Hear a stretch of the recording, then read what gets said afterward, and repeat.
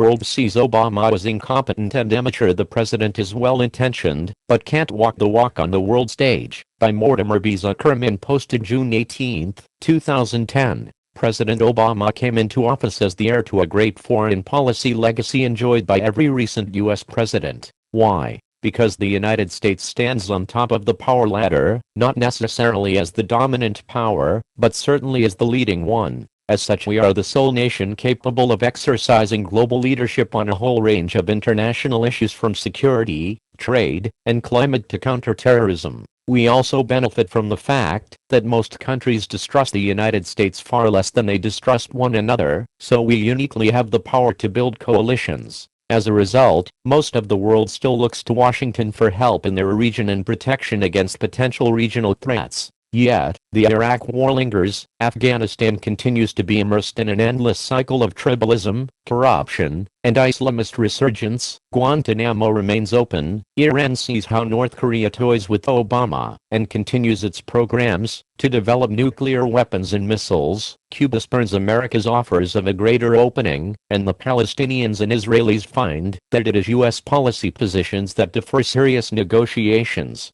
The direct opposite of what the Obama administration hoped for. The reviews of Obama's performance have been disappointing. He has seemed uncomfortable in the role of leading other nations, and often seems to suggest there is nothing special about America's role in the world. The global community was puzzled over the pictures of Obama bowing to some of the world's leaders, and surprised by his gratuitous criticisms of, and apologies for, America's foreign policy under the previous administration of George W. Bush. One Middle East authority, Fuad Ajami, pointed out that Obama seems unaware that it is bad form and even a great moral lapse to speak ill of one's own tribe while in the lands of others. Even in Britain, for decades our closest ally, the talk in the press supported by polls is about the end of the special relationship with America. French President Nicolas Sarkozy openly criticized Obama for months, including a direct attack on his policies at the United Nations. Sarkozy cited the need to recognize the real world, not the virtual world, a clear reference to Obama's speech on nuclear weapons.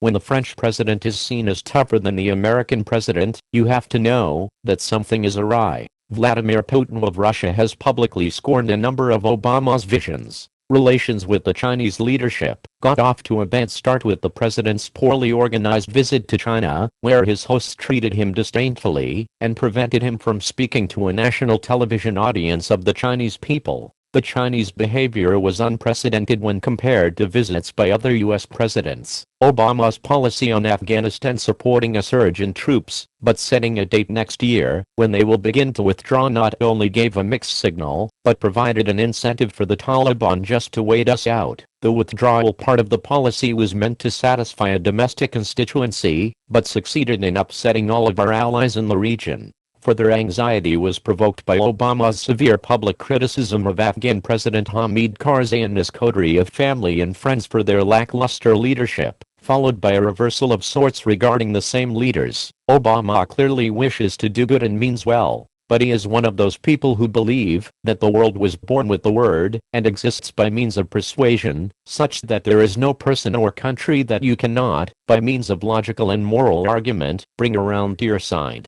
He speaks as a teacher, as someone imparting values and generalities appropriate for a Sunday morning sermon, not as a tough-minded leader. He urges that things must be done, and should be done, and that it is time to do them. As the former president of the Council on Foreign Relations, Legelb, put it, there is the impression that Obama might confuse speeches with policy. Another journalist put it differently when he described Obama as an NPR, National Public Radio, president who gives wonderful speeches. In other words, he talks the talk, but doesn't know how to walk the walk. The Obama presidency has so far been characterized by a well-intentioned, but excessive belief in the power of rhetoric with too little appreciation of reality and loyalty. In his Cairo speech about America and the Muslim world, Obama managed to sway Arab public opinion, but was unable to budge any Arab leader. Even the King of Saudi Arabia, a country that depends on America for its survival, reacted with disappointment and dismay. Obama's meeting with the king was widely described as a disaster. This is but one example of an absence of the personal chemistry that characterized the relationships that Presidents Clinton and Bush had with world leaders. This is a serious matter, because foreign policy entails an understanding of the personal and political circumstances of the leaders as well as the cultural and historical factors of the countries we deal with. Legel wrote of Obama, "He is so self-confident that he believes he can make decisions on the most complicated of issues after only hours of discussion. Strategic decisions go well beyond being smart, which Obama certainly is. They must be based on experience that discerns what works, what doesn't and why. This requires experienced staffing, which Obama and his top appointees simply do not seem to have. Or as one Middle East commentator put it, there are always two chess games going on. One is on the top of the table, the other is below the table. The latter is the one that counts, but the Americans don't know how to play that game." Recent U.S. attempts to introduce more meaningful sanctions against Iran produced a UN resolution that is way less than the crippling sanctions the administration promised.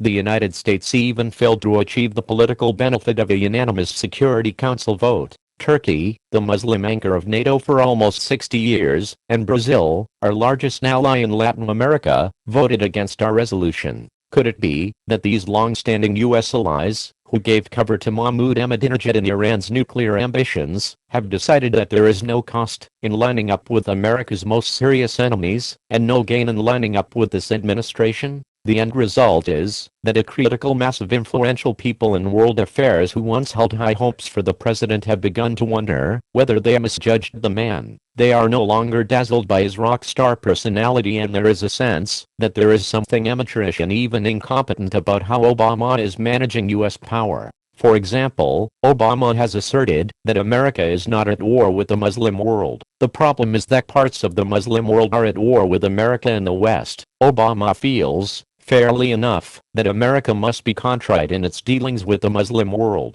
but he has failed to address the religious intolerance, failing economies, tribalism, and gender apartheid that together contribute to jihadist extremism. This was startling and clear when he chose not to publicly support the Iranians who went to the streets in opposition to their oppressive government, based on a judgment that our support might be counterproductive. Yet, he reaches out instead to the likes of Bashar Assad of Syria, Iran's agent in the Arab world, sending our ambassador back to Syria even as it continues to rearm Hezbollah in Lebanon, and expands its role in the Iran-Hezbollah-Hamas alliance. The underlying issue is that the Arab world has different estimates on how to deal with an aggressive, expansionist Iran. The Arabs believe you do not deal with Iran with the open hand of a handshake, but with the clenched fist of power. Arab leaders fear an Iran proceeding full steam with its nuclear weapons program on top of its programs to develop intermediate-range ballistic missiles. All the while centrifuges keep spinning in Iran, and Arab leaders ask whether Iran will be emboldened by what they interpret as American weakness and faltering willpower.